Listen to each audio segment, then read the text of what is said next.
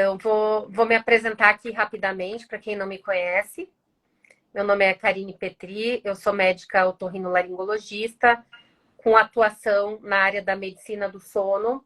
Tenho formação em sono de adultos, crianças e adolescentes. Fiz uma formação em pediatria também, residência médica em pediatria, mas atualmente eu atuo na área de otorrinolaringologia e medicina do sono, atendendo adultos e crianças no consultório, e entendo que através do sono as pessoas têm a oportunidade de melhorar a sua saúde, melhorar a sua qualidade de vida, melhorar a performance e atingir a tão sonhada longevidade saudável. Então, acho que falar de sono, normalmente as pessoas que trabalham com sono têm o sono também, não só como trabalho, mas como missão. Exatamente. E principalmente os médicos, né, que sofrem também com a qualidade do sono, né? Muitos médicos que têm uma rotina de trabalho em turnos alternados, né, que trabalham com plantão. Então, também a gente sabe que as pesquisas apontam que a qualidade de vida, a qualidade do sono dos médicos também é afetada. Então, acho que vale para... Esse assunto é tema para a população inteira, né? Até os médicos, profissionais da saúde. A gente tem uma deficiência de conhecimento, né? A gente precisa levar o sono, a importância do sono para todas as áreas, né? Mesmo dentro da nossa área da saúde, nós temos muitos profissionais ainda com essa carência de informação. Então, eu acho super válido a gente manter essa live semanal mesmo e falar disso semanalmente e diferentes tópicos, né? Como você falou, você é médica do sono. Para quem não me conhece, eu sou a Lívia Vessiani, também sou dentista do sono, né? É uma área tão diferente dentro da odontologia que nem mesmo os próprios dentistas conhecem a odontologia do sono. É uma área que iniciou em 2012 com a primeira reunião dentro da Associação Brasileira de Sono. Então, brevemente, né? Só falando que eu também trabalho com crianças e adolescentes na área de ortodontia, ortopedia funcional dos maxilares, onde eu tenho a oportunidade também de melhorar o sono das crianças, dos adolescentes e na área de odontologia do sono, ampliando isso aí para todas as idades, para os adultos, né, e para os pacientes já em idade mais avançada. Ótimo. Então, aproveitar e pedir para as pessoas, se vocês acham que esse é um tema relevante, a gente vai falar hoje de apneia do sono, ronco, como fazer esse diagnóstico, vou pedir que vocês apertem o botãozinho ali do coraçãozinho, que aí isso faz com que essa live chegue a mais pessoas, e vocês também podem encaminhar aqui no cantinho inferior do celular, aquele aviãozinho, para outras pessoas poderem assistir a nossa live também. É isso aí.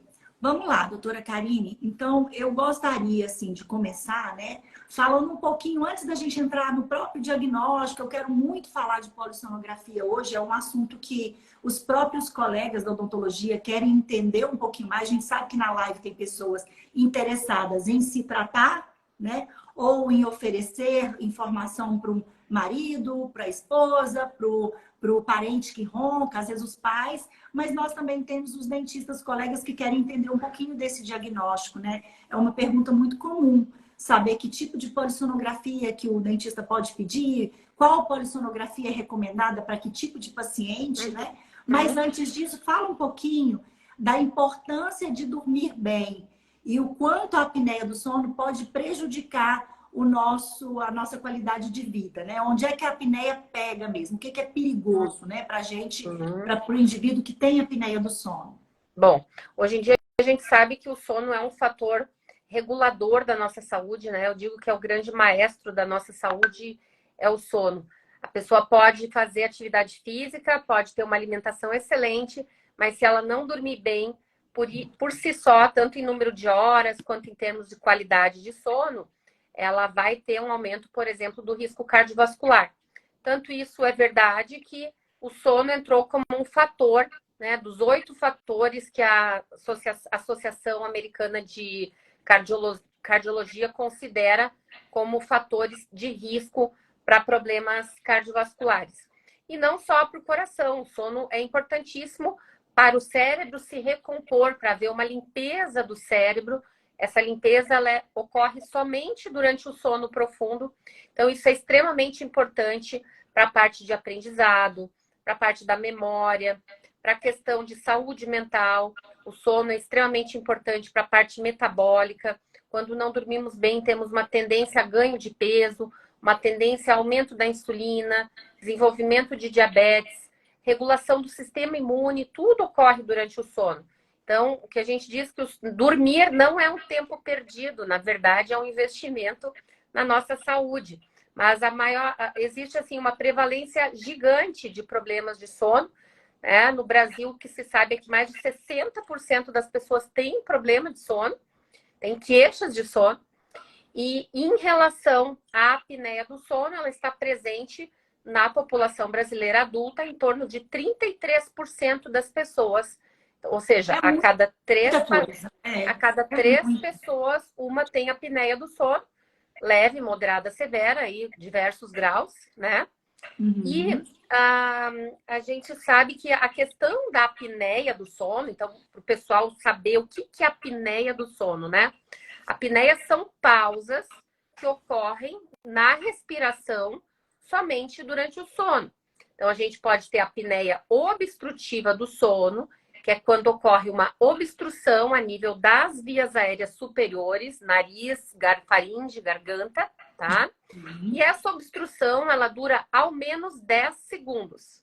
Então, tem que ter 10 segundos. Quando eu segundos. explico pro paciente, ele fica pasmo, né? Porque eu paro e conto. Eu falo, ó, conta até 10. Parece que é rapidinho, mas não é. É uma pausa muito importante, né? Então, ao menos 10 segundos, com uma diminuição do fluxo de ao menos 90%, tá?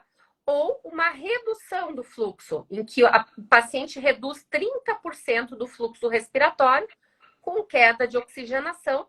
E essa situação também pode estar relacionada a despertares, microdespertares, que é fragmentação do sono. Então, o que isso gera ao longo da noite, né? O paciente, ao invés de estar descansando, ele está ali lutando para respirar. E cada vez que há uma pausa na respiração, você pode ter associado quedas na oxigenação, que a gente chama de dessaturação. E isso vai gerando ao longo da noite o que a gente chama de hipoxemia, falta de oxigenação. Essa falta de oxigenação não pode ficar sem oxigênio, né? Nenhum tecido, na verdade. O que pode acontecer? Isso, então essa falta de oxigenação, ela também está associada à liberação de substâncias inflamatórias, que a gente chama estresse oxidativo, né? Isso vai gerando uma cascata de eventos que acaba culminando também em resistência à insulina, risco de diabetes, aumento do risco cardiovascular, aumento da frequência cardíaca, hipertensão noturna. Então, claro que isso não ocorre de um dia para o outro, a coisa vai aumentando gradativamente, né? Piorando. E a gente... E o que acontece? A gente pode ter... quais são... Acho que é importante a gente falar, agora que a gente já definiu o que é, né? Essas apneias, o que é importante saber? Todo mundo, quando dorme, o nosso sistema muscular ocorre um relaxamento do músculo. Então, relaxa o músculo da garganta, relaxa o músculo da língua. Então, todos nós, quando dormimos, podemos ter a respiração um pouco menos eficiente. Então, podem surgir apneias em todo mundo, mas até um número, que é até 5 por hora. Acima de 5 por hora, 5 apneias por hora, nós consideramos isso uma patologia chamada de apneia obstrutiva do sono, quando ela ocorre por obstrução das vias aéreas superiores. Existe um outro tipo de apneia que nós não vamos nos ater muito hoje, mas é importante falar, que é a apneia central do sono, que aí tem outros mecanismos, patologias neurológicas ou até cardíacas. Hoje a gente vai se concentrar na apneia obstrutiva, que é a mais comum. E aí o paciente pode ter um quadro leve, que é de 5 a 15 apneias por hora, um quadro moderado, que é de 15 a 30, e um quadro grave, que é de 30 até... Já vi paciente com 100 apneias por hora, 102 apneias por hora. Tá? A gente diz já era um ser anaeróbico praticamente, não é? Não sei como sobrevivia, né? E o que é interessante é bem o que você falou, ao menos 10 segundos, mas a gente chega a ter pacientes com mais de um minuto. Mais de um minuto de pausa, né? Gravíssimo, gravíssimo. né? Imagine vocês aí, uma pessoa ficar mais de 1 minuto sem oxigenar, né? Sim. E ali aquelas células já em baixa quantidade de oxigênio, e o que o coração faz? Então, explicando para o leigo, né, agora. O coração precisa trabalhar em sobrecarga para bombear mais sangue, para levar moléculas de oxigênio por todo o organismo desse indivíduo, né? E aí o que pode acontecer, e acontece, o que eu gosto de explicar para os pacientes assim, vem aquele exame de polissonografia com um monte de informações, a pessoa não entende nada. Eu acho que a gente precisa explicar a polissonografia em palavras simples, né? Isso. Então, se vem ali escrito 40 apneias por hora, o que significa? Significa que a pessoa está parando de respirar 40 vezes durante 1 hora. E o que isso significa em termos cardiovasculares, né? É como se o teu corpo levasse um susto a cada vez que você tem uma apneia. Então, todos os sistemas de alarme do seu corpo se ativam. Sim. E eu gosto de falar assim, se você tem 40 apneias por hora, é como se o teu corpo, é como se você recebesse 40 injeções de adrenalina por hora. Porque cada vez que seu corpo parar de respirar, você vai ter uma liberação de adrenalina. Sim, você vai ter uma ativação, ativação. vai trabalhar forçado para poder resolver essa Você vai ter uma ativação do sistema nervoso autônomo. E o que acontece com tanta adrenalina circulante? Você vai ter um aumento de pressão arterial, que muitas vezes a gente vê naquele exame, o mapa, o exame noturno da pressão, o exame de 24 horas, pacientes que têm um aumento de pressão durante o sono. Ou eles têm uma pressão pressão normal durante o dia, né? E durante a noite ele tem uma hipertensão. Que às vezes o cardiologista não consegue controlar. Aí ele encaminha para o médico do sono. Aí você trabalhando o paciente, melhorando o quadro, fazendo o tratamento, aí ele vai estabilizar de novo a pressão. Sim. Ou se o paciente é esperado que à noite, a princípio, nós deveríamos estar mais relaxados e a pressão naturalmente seria mais baixa durante o sono. Então, tem pacientes que também não apresentam essa queda natural que deveria ter durante o sono. Isso também pode ser um sinal de apneia. Que é o descanso que a gente precisa ter, né, doutora Karine? O descanso pressórico, né? Que é o descanso dessa pressão, para a gente poder se restabelecer. E o paciente com apneia não tem. E um outro risco é com tanta adrenalina, isso gerar uma arritmia. Então, é bastante comum. A arritmia mais comum relacionada à apneia do sono se chama fibrilação atrial. Então, obrigatoriamente, paciente com fibrilação atrial precisa ser investigado para apneia do sono. Se a gente falou aqui que 33% da população geral tem apneia, nos pacientes que já têm hipertensão, que já têm doença vascular, né, com aterosclerose, ou que tem arritmia, nesses pacientes a prevalência de apneia chega a 80%. Então, seria praticamente obrigatório o cardiologista levantar esse assunto no consultório, mas a gente sabe que é tanto assunto para uma consulta pequenininha que às vezes o sono fica de fora. Então, aí a importância dos pacientes conhecerem e os pacientes dizerem, olha, doutor, eu ouvi falar... Eu não durmo bem, né?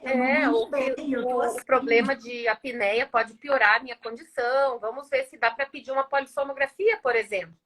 É importantíssimo que os pacientes reconheçam a polissonografia, conheçam, desmistifiquem, né, a polissonografia, né? Porque às vezes tem paciente que pensa que a polissonografia é um exame ruim, que é um exame chato, que é um exame invasivo, e ele não é. Eu fiz a polissonografia, inclusive na clínica, né, no ISAM, no começo da pandemia, porque o Carlos falou, eu acho que você tá roncando. Eu falei, opa, será que eu tenho apneia? Eu vou logo fazer minha polissonografia. E aí eu fiz no ISAM essa polissonografia para detectar se eu tinha ou não. Naquela época não tinha, eu tenho que refazer, porque é importante que os pacientes entendam que você faz uma polissonografia, você não faz uma polissonografia só na vida, né? Você faz uma avaliação e isso vai mudar. A partir do momento que você envelhece, essa musculatura vai ficando mais plástica. Ou você ganha peso, por exemplo, você pode mudar. Às vezes você não tem apneia num ano, no outro ano você começa a desenvolver um quadro de apneia. Sim, então, isso é verdade. Atento a isso, nessas mudanças que o nosso corpo faz, né? Sim. Acho que seria importante a gente conversar também, Lívia, sobre os sintomas, né? Então, eu vou falar alguns, depois você lembra alguns também. Qual que é o sintoma cardinal, na verdade, deste problema que a gente chama de distúrbio respiratório do sono, que envolve desde o ronco até a apneia, leve, moderado ou severo? Claro que o distúrbio que todo mundo mais conhece, né, é o ronco, o sintoma que todos conhecemos. Então, roncar, a gente precisa falar, principalmente um ronco contínuo, que chama atenção, que é intenso, não é normal, pessoal. O ronco, especialmente o ronco alto, intenso, contínuo, indica que você está respirando, que você está tendo que fazer força para o ar passar por uma via aérea muito estreita, tá? Então, isso por si só, apenas roncar alto demais, ainda que não tenha apneia, já pode levar a um sono não restaurador. Então, o primeiro sintoma... Porque o indivíduo acorda, né? Porque o ronco faz com que esse indivíduo desperte várias vezes durante o sono. Sim. Não é só acordar o companheiro ou a companheira, né? Ele exatamente. mesmo acorda, né? Com o próprio ronco, né? Então, o ronco é um sintoma bem importante de ser avaliado. Claro que o que acontece? Muitas pessoas dormem sozinhas, então quando a gente vai perguntar, diz, não sei. Mas já existe um meio da gente driblar isso. Então, existem aplicativos, que um deles se chama Snore Lab. Esse S-N-O-R-E Lab, L-A-B, para quem quiser baixar esse aplicativo. Eu vou e aí você baixa o aplicativo e você fica o celular gravando ali os ruídos da noite inteira. Agora, se tiver duas pessoas roncando, não dá para saber. Mas para quem dorme sozinho, vale a pena, tá? E daí já vai ter uma ideia se tá roncando ou não. Eu coloquei até no meu Instagram, acho que foi essa semana mesmo, eu coloquei um vídeo do paciente fazendo o tratamento do ronco e da apneia. Não sei se você chegou a ver. E o paciente levou o aplicativo e me mostrou, né? Daí o aplicativo é muito simples de baixar, né? Tem uma versão gratuita, uma versão paga. E ele mostra que uma semana ele estava com o ronco lá em cima, acordando a esposa, que nesse caso, desse paciente, quem levou o paciente para o consultório foi a esposa, a pedido dela, né? Porque ela não consegue dormir no mesmo quarto que o paciente. E ele mostrando o quanto tinha diminuído com o tratamento do ronco e apneia do sono com o aparelho intraoral. Então, um aplicativo bem interessante mesmo. Então, o ronco é o principal sintoma, tá? Outro sintoma muito comum da apneia do sono é acordar com dor de cabeça, acordar com a boca muito seca, acordar cansado, mesmo tendo dormido o número de horas necessário, ali 7, 8 horas ao menos para adulto, a pessoa diz, puxa, parece que eu tô sempre cansado, não sei o que está acontecendo, tá? Essa outra questão que a gente falou, de ter picos de pressão arterial durante o sono, ou não ter a queda fisiológica da pressão arterial durante o sono. Um outro sintoma que é da tua área, que pode ser ocorrer em pacientes com apneia, é bruxismo. O bruxismo pode vir junto com a apneia do sono, porque o bruxismo ele faz parte de uma reação de despertar. Então, como o indivíduo tem apneia do sono e tem uma reação de despertar, na hora que ele vai despertar, ele acabou de despertar, ele tem um evento de bruxismo. Sim, tanto que muitas vezes você trata a apneia e o bruxismo para. Né? Exatamente. Isso em crianças também, né? Então, a gente vê, às vezes, os pais muito preocupados com crianças com bruxismo, e aí, quando você resolve o quadro respiratório dessa criança, há uma melhora também do bruxismo. Isso é bem interessante. Sim. Outros sintomas que podem ocorrer também, tá? A questão de noctúria, então, principalmente pessoas mais idosas dizem assim, olha, eu tô tendo que ir muitas vezes à noite no banheiro. Aí, se for homem, muitas vezes acabam achando que é por causa da próstata. Mas eu já tive vários pacientes, homens mais idosos, que depois que começaram o tratamento da apneia, diminuiu muito a necessidade de ir ao banheiro à noite, né? E o próprio hábito, né? Que eles têm esse hábito de tomar muita água à noite. Então, assim, quando o paciente começa o tratamento para apneia do sono, vamos dizer assim, a primeira coisa que a gente faz são orientações de higiene do sono. Isso também, essa mudança de postura do paciente também vai melhorando o quadro, né? Sim. Um outro sintoma também é o humor mais deprimido ou mais ansioso, alterações de humor, pela questão de o sono não ser restaurador, por essa questão de liberação de adrenalina, alteração de neurotransmissores. A gente pode ter um paciente com mais ansiedade, mais irritado, deprimido, uma depressão resistente que não melhora com medicação. Precisamos pensar em apneia do sono. Alterações da libido, pessoal. a apneia do sono está totalmente relacionada à diminuição dos hormônios sexuais, especialmente da testosterona, tanto em homem quanto mulher. Então, é bem comum, às vezes, a gente recebe paciente já usando testosterona e ninguém nunca foi ver o sono desse paciente. É incrível como o sono se relaciona a tudo na vida. Então, dentro da medicina e da odontologia, qualquer especialista, o dermatologista, o cardiologista, né? O sono impacta na área de todos os profissionais, de todos os indivíduos. Então, às vezes, o profissional, ele é procurado por uma situação em que o sono é o problema de sono, o distúrbio do sono é o causador daquele problema. Em relação à parte de otorrino também, eu vejo assim, muitos pacientes que reclamam, sabe aquele pigarro crônico que não melhora com nada? Sim, sim. É Uma porque a das coisas que a garganta gente tem que inflama, né? perguntar é se o paciente está roncando, porque ocorre uma vibração muito grande aqui da faringe, né? Então, isso também pode provocar pigarro. E uma outra questão também que pode acontecer, principalmente assim, em pacientes assim mais obesos, né, também, é o paciente apresentar até refluxo, né, durante o sono. E esse refluxo está totalmente relacionado à apneia. Então, o paciente faz uma pressão negativa muito forte nas vias aéreas. Isso acaba levando também o paciente a ter refluxo durante o sono.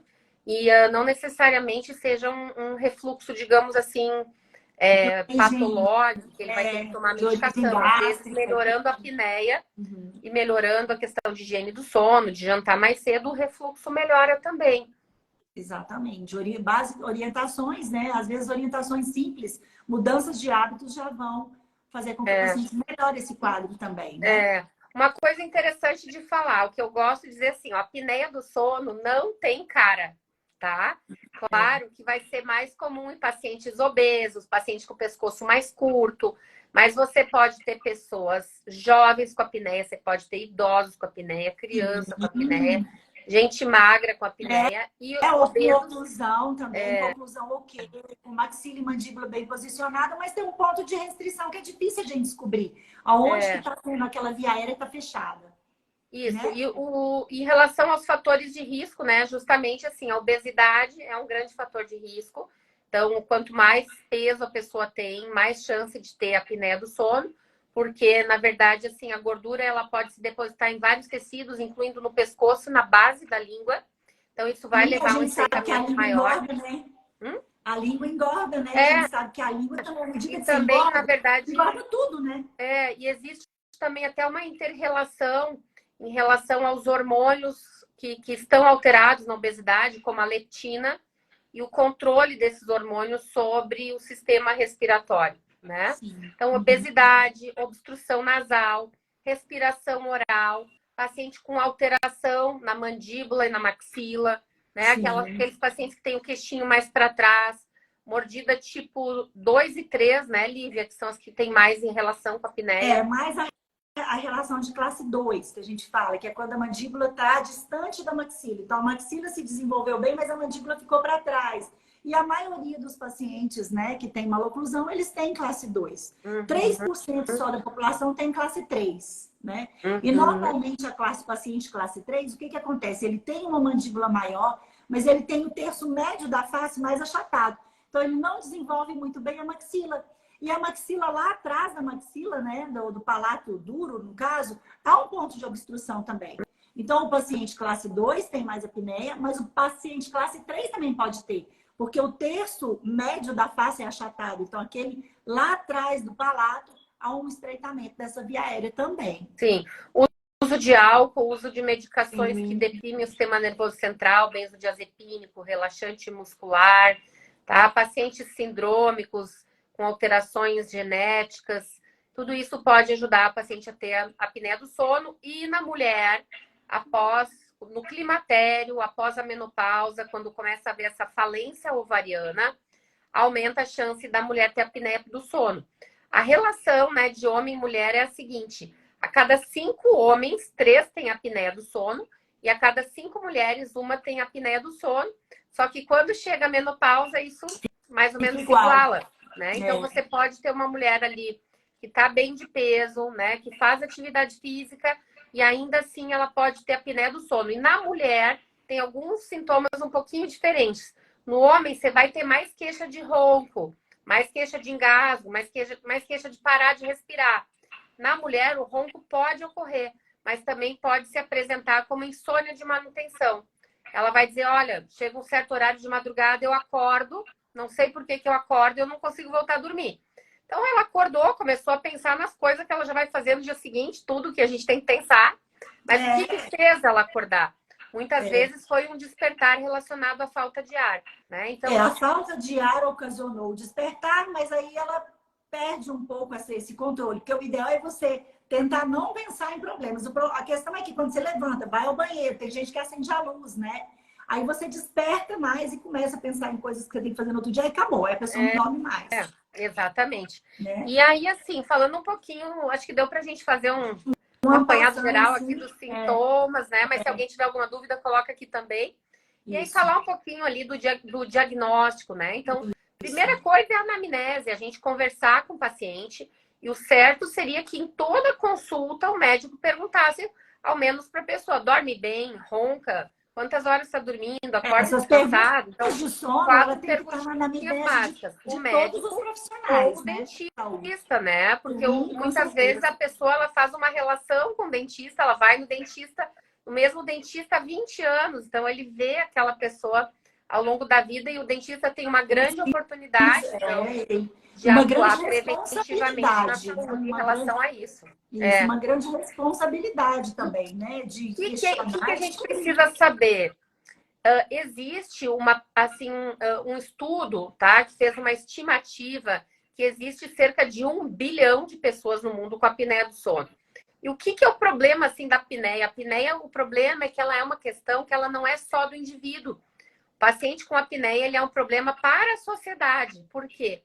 Porque pode ser um indivíduo que não dormindo bem vai ter sonolência diurna, que é um grande sintoma da apneia, que vai dirigir um carro, que vai dirigir um ônibus escolar, que vai pilotar pode provocar um acidente, né? São indivíduos que não são produtivos, que não conseguem fazer suas tarefas, né? Que vão gerar um custo para a sociedade também, né? Então, esse é o grande problema da apneia do sono. E a apneia do sono, ela está relacionada a todas as principais causas de mortalidade. Então, não tem como dissociar ela do coletivo, né? Então, existe, pensa aí, 1 bilhão de pessoas no mundo. No Brasil, a estimativa é de 49 milhões de pessoas com apneia do sono. Que não sabem que não sabe que tem. O problema é que só temos o diagnóstico de cerca de 20%. Então, tu vê, nós temos um pedacinho do todo e tá por aí os motoristas com a apneia andando, né? Enfim, e a gente tentando desviar das pessoas sonolentas, das pessoas causando acidente, né? Então, existe toda uma preocupação com álcool, mas ok, e a sonolência que as pessoas estão, né, por estarem com apneias? Isso deveria certamente ser mais bem avaliado. E o que é o problema, assim, então, da apneia? Nós temos essas milhões de pessoas com apneia e não temos clínicas de polissonografia para todo mundo. Isso. Você vai tentar marcar uma polissonografia, geralmente demora um mês. O que é a polissonografia, pessoal? A polissonografia é o exame que faz o diagnóstico dos problemas de sono, principalmente de apneia do sono. O que nós temos hoje em dia? O que eu gosto de falar é o seguinte, ó, o mundo mudou e nós precisamos mudar junto, precisamos fazer mais diagnósticos de apneia, precisamos ajudar as pessoas a tomarem consciência que isso é um problema real de saúde que necessita de tratamento. Mas para isso nós precisamos disponibilizar mais formas, que seja mais fácil o diagnóstico. Por quê? Tradicionalmente nós temos a polissonografia tipo 1, tipo 2, que é a polissonografia feita na clínica do sono, equipamentos, aqueles que todo mundo já viu geralmente na internet, muitos fios na cabeça. É bom esclarecer que não é invasivo, um exame muito tranquilo. Eu já fiz esse exame, então um exame muito tranquilo de ser feito. Ele não é invasivo, né? Mas a polissonografia tipo 1 é um exame, Lívia, que ele gera, sim, algum desconforto, tá? Porque eu já fiz, né? Na verdade, os eletrodos são colados com fita adesiva. Então, assim, ele é muito tranquilo de ser feito, né? O oxímetro é colocado no dedo. As fitas, né? As cintas são colocadas na barriga e na região do tórax.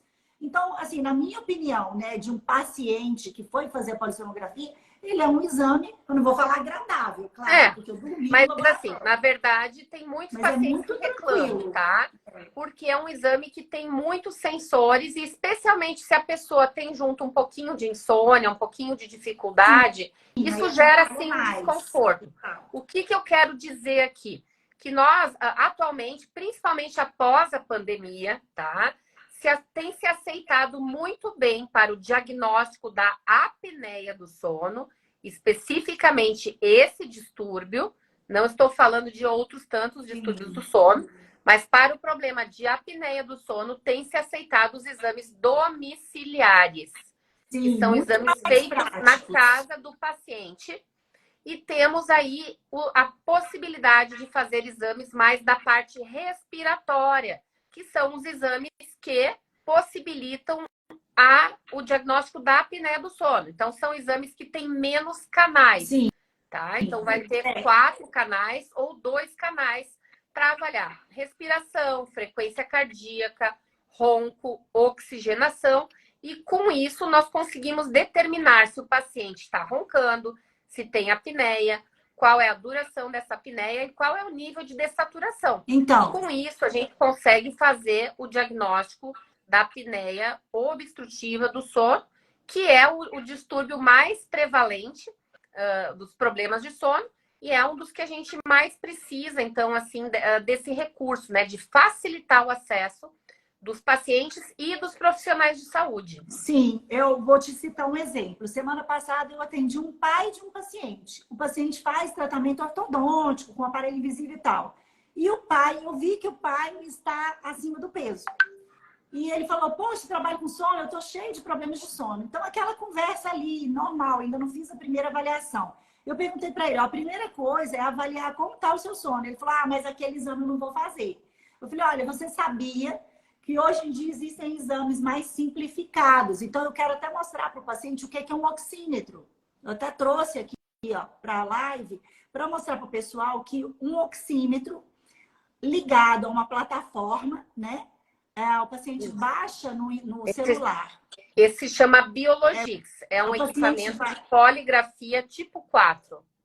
aí esse daqui, ele vai trabalhar, ele vai avaliar o paciente, não com todos aqueles eletrodos, né, colados aqui na cabeça que avaliam o sono, mas ele é suficiente para avaliar se o paciente está dessaturando, porque ele vai avaliar a saturação, frequência cardíaca, e o aplicativo que o paciente vai baixar no celular dele também vai monitorar o ronco durante a noite toda. Certo? Excelente. Isso Quais mesmo. seriam as vantagens, doutora Karine, do paciente usar Então, esse aqui, que é só esse, assim mesmo? O paciente vai dormir só com isso aqui no dedo.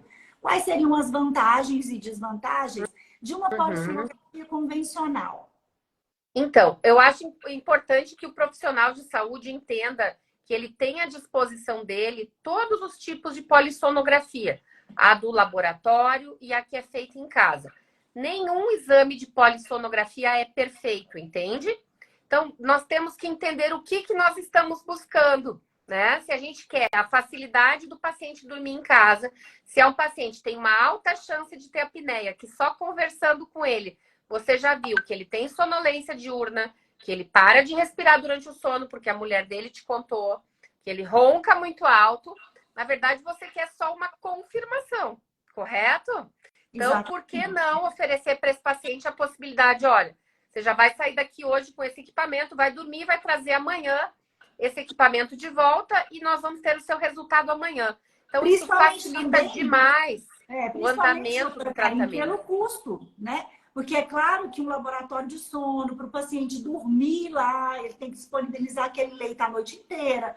Tem uma técnica que acompanha o exame, que monta o aparelho no paciente. Tem outra técnica que fica lá no escritório, monitorando o sono desse paciente. Então, em torno de 2 técnicas, né?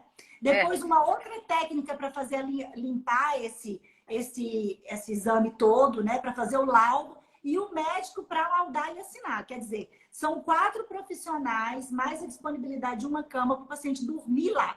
Então, quando o paciente tem oportunidade... Assim, sobretudo é a questão, vou te dizer assim, eu já fiz esse exame, Vamos falar a verdade, confortável não é fazer polissonografia no laboratório. Você dorme cheio de fio. Custo, né? Porque sério, os quando pacientes você sempre me faz dizem assim, ó. Os um outro pacientes tipo sempre de me diziam. polissonografia mais simplificada, também diminui o custo. Mas vou dizer assim, os pacientes sempre diziam, doutora do céu, não é possível que ainda não inventaram uma coisa melhor do que esse exame, certo? Então, assim, para a apneia do sono, vou te dizer que faz muito tempo que eu não peço exame para dormir na clínica, tá? Estamos falando de adultos. Sim, é bom esclarecer que isso aí é um exame basal, né? Para titulação de CPAP, para avaliação, né, de outro aparelho, aí é outra coisa. Depende. Nós estamos falando da polissonografia nós basal, estamos falando, né? de diagnóstico. Aí vamos ter que fazer outra live outro dia, Sim. tá? Mas vamos falar de diagnóstico, tá? E assim, especialmente nos Estados Unidos, tá? Nos Estados Unidos, tu sabe quanto custa uma polissonografia? R$5.000, tá? Equivalente a R$5.000, tá? Aqui no Brasil, né, a gente consegue, os convênios pagam aí R$600, R$700, tá?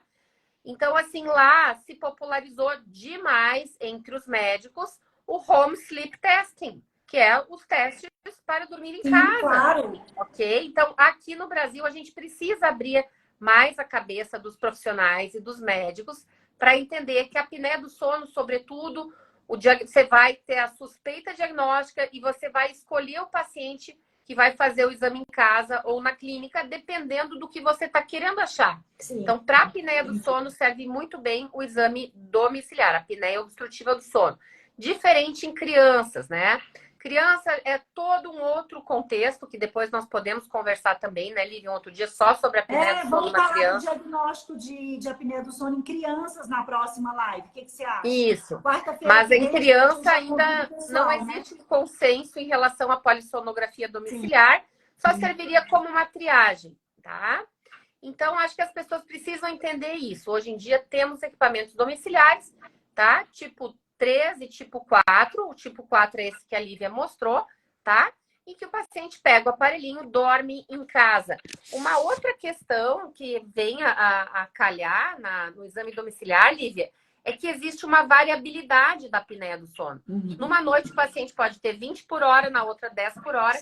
Então, por exemplo, com o exame domiciliar, você pode liberar para ele fazer 3 noites seguidas e fazer uma média das 3 noites, por exemplo. Tá? Ótimo, né? Enquanto que se o paciente for dormir na clínica do sono, cheio de fios, muitas vezes o paciente não vai dormir, ou tem situações que o paciente do lado fez barulho, tá? Tem situações que ele vai dizer, doutora, eu não consegui aprofundar o sono e aí não aparece direito a apneia, tá?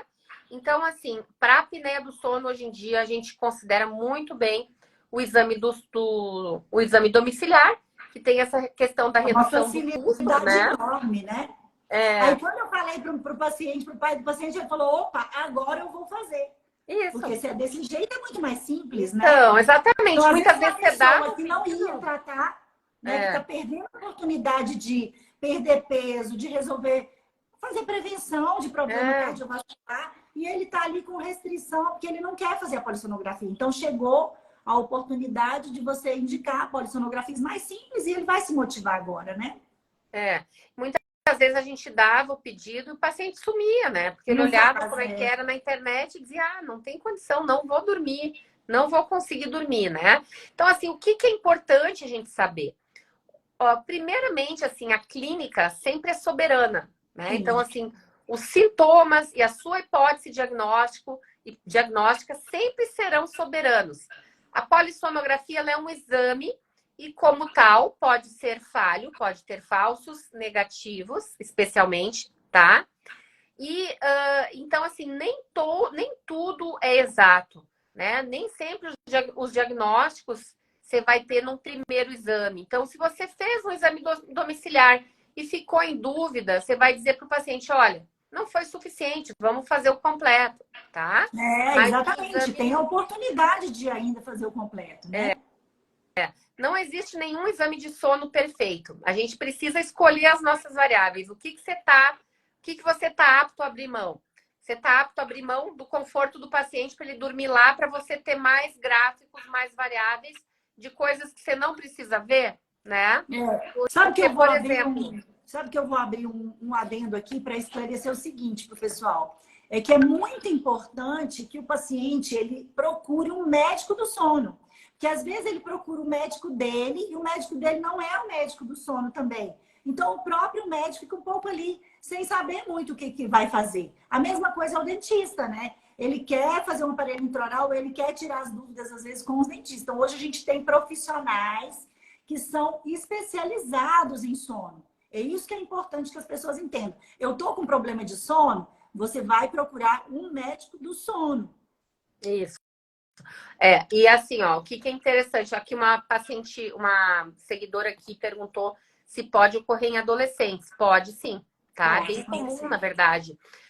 Essa semana mesmo eu atendi um paciente, tá? Ele tem 18 anos, tá? E estava com queixa de sonolência diurna, dormindo na aula, com dificuldades no aprendizado. Então, claro, os adolescentes têm essas questões também de estarem se privando de sono. Ele não tinha queixa importante de ronco, mas tinha uma amígdala grande.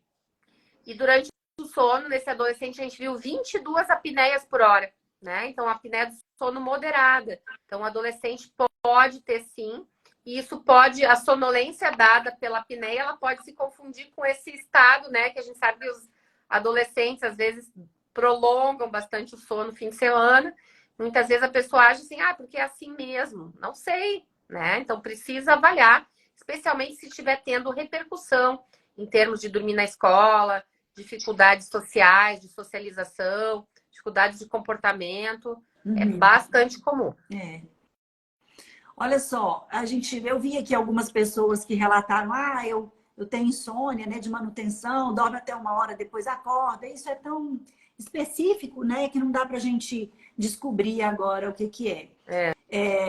E muitos aplicativos também gravam, né, relógio, que são ligados também àquela parte do aplicativo de saúde e tal, mas os aplicativos que você falou, né, o Snore Lab, eu também gosto do Snore Clock, eu até prefiro o Snore Lab, mas eles são mais completos, né, Karine? O Snore Lab, ele grava até os decibéis, né? Ele, quando traduzir para o português, ele coloca lá como épico, né? Quando o sono, o ronco do paciente, o barulho está muito alto. Em relação ao diagnóstico, Karine, você quer acrescentar mais alguma coisa? Não, a princípio, assim, eu acho que necessita de uma avaliação, tá? Assim, claro que o médico do sono é a pessoa ali que vai conseguir esclarecer tudo melhor, avaliar as causas, né? Discutir o tratamento, mas o fato é que qualquer médico pode pedir o exame, tá? Então, se a pessoa está indo no cardiologista, ainda que o cardiologista não tenha pedido, ela pode dizer, doutor, eu gostaria de avaliar meu sono. Por favor, solicite uma polissonografia e aí depois levar no médico do sono, né? O dentista também pode pedir a polissonografia, tá? Deve pedir, ajuda muito, né? E eu sempre digo assim, uma consulta médica ou uma consulta com dentista é sempre um momento da gente fazer, digamos assim, ações preventivas em saúde, né? Então, por que não vamos perguntar do sono do paciente, tá? Agora, se for um dentista que não está muito acostumado a lidar com sono, é interessante você levar esse exame para o médico do sono ou para o dentista que tem essa especialização, tá? No caso, os dentistas nos ajudam bastante na confecção de um dos tratamentos da apneia, que se chama aparelho intraoral, que é um dispositivo feito sob medida para o paciente. Até existe para comprar na internet, mas não compre, porque não vai dar certo e vai dar problema, tá? Então, esses que são vendidos na internet, eles chamam Boil and Bite, que você mergulha na água quente como se fosse um protetor de lutador, né? Você mergulha na água quente, põe aqui na posição que você mesmo acha que tem que ficar, e aí ele endurece, e aí você dorme com aquilo. O problema é que ele é muito grande, ele altera a posição dentária, e ele, com o tempo, ele folga. Poucos dias ele está folgado, então o dinheiro jogado fora. O que a gente faz no consultório do dentista, ele é feito uma moldagem, nós utilizamos um instrumento específico para calcular a quantidade de avanço que o paciente precisa para liberar a via aérea, parar de roncar e parar de fazer a apneia do sono. Então, é preciso que seja um dentista que tenha conhecimento nessa área para que a gente não tenha efeitos colaterais também, haja um controle de efeitos colaterais odontológicos mesmo, sistêmicos, né? Sim, exatamente. E o dentista pode pedir, sim, que isso é uma pergunta que os meus alunos fazem muito, né? Ah, professora, a gente pode pedir, o convênio não vai, né? Ele vai aceitar realmente o pedido do dentista? Pode sim, pelo nosso código de ética, a gente pode pedir, e tanto que a gente deve pedir todos os exames que nós precisamos para diagnosticar um problema como esse no nosso paciente, né?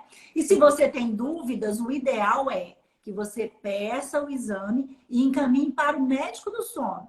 O dentista não deve trabalhar sozinho. Aliás, a área do sono é uma área em que a gente trabalha numa equipe multidisciplinar. Né? O médico avalia o paciente. Se for caso para usar o aparelho intraoral, o médico vai encaminhar. Né? Nós vamos executar o tratamento e vamos reencaminhar esse paciente para o médico fazer a avaliação final. Se ainda assim nós precisarmos de um acompanhamento com o fonoaudiólogo, nós vamos encaminhar também para o fonoaudiólogo do sono, né? Isso, exatamente. Acho que a gente podia fazer a próxima live até sobre tratamento, né, Lívia? Vamos pedir também para as pessoas sugerirem os temas, tá? Podem colocar a sugestão. Mas a partir de agora, na sequência, a gente poderia falar na próxima live sobre o tratamento. O que você acha? Vamos continuar. Então, hoje nós começamos no diagnóstico do adulto, né? Nós falamos em linhas gerais mais do adulto. E a gente pode falar do tratamento do adulto na próxima quarta. Então, para quem entrou agora no final e está aqui com a gente, nós vamos fazer lives semanais, toda quarta-feira, às 19h às 19h30, que eu até achei que hoje foi um pouco corrido para mim às 19h, de repente a gente começa às 19h30, e nós vamos esclarecer várias dúvidas, né? Dos seguidores, de colegas, profissionais. Podem mandar aqui as suas dúvidas, ou para mim, ou para a doutora Karine. Durante a semana, nós vamos deixar tudo registrado. E na próxima live pode ser, sim, sobre o tratamento do ronco e da apneia do sono em adultos.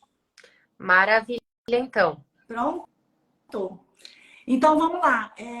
Karine, muito obrigada, viu, por ter participado. Obrigada a você, meu bem. Adorei. Sempre bom conversar contigo. Adoro também participar. Eu aprendo muito com ela. Meia hora de conversa, parece que eu já acabei de ler um livro. Mas nós só falamos 50 minutos aqui, viu? Nós falamos muito, a gente fala muito. A gente pode até... Eu já vi algumas lives que eles convidam um paciente para entrar. Daí a pessoa conta um pouquinho da sua história. E a gente, legal. Claro, não é a mesma coisa que uma consulta, né? Nem pode, mas que a gente pode dar uma esclarecida sobre o caso e dar um encaminhamento, digamos assim. A gente pode fazer uma modalidade assim também numa outra vez. Pronto, então o pessoal que está acompanhando aí a nossa live, mandem sugestões, né? Assuntos que vocês gostariam de aprofundar mais conhecimentos, ter interesse em saber, e a gente vai colocar nesse cronograma de lives aí que nós vamos começar a fazer. Obrigada a todos que participaram, doutora Karine, muito obrigada. Um beijo para vocês todos. Durmam todos bem. Tchau. Boa noite, beijo, pessoal. Tchau. Tchau.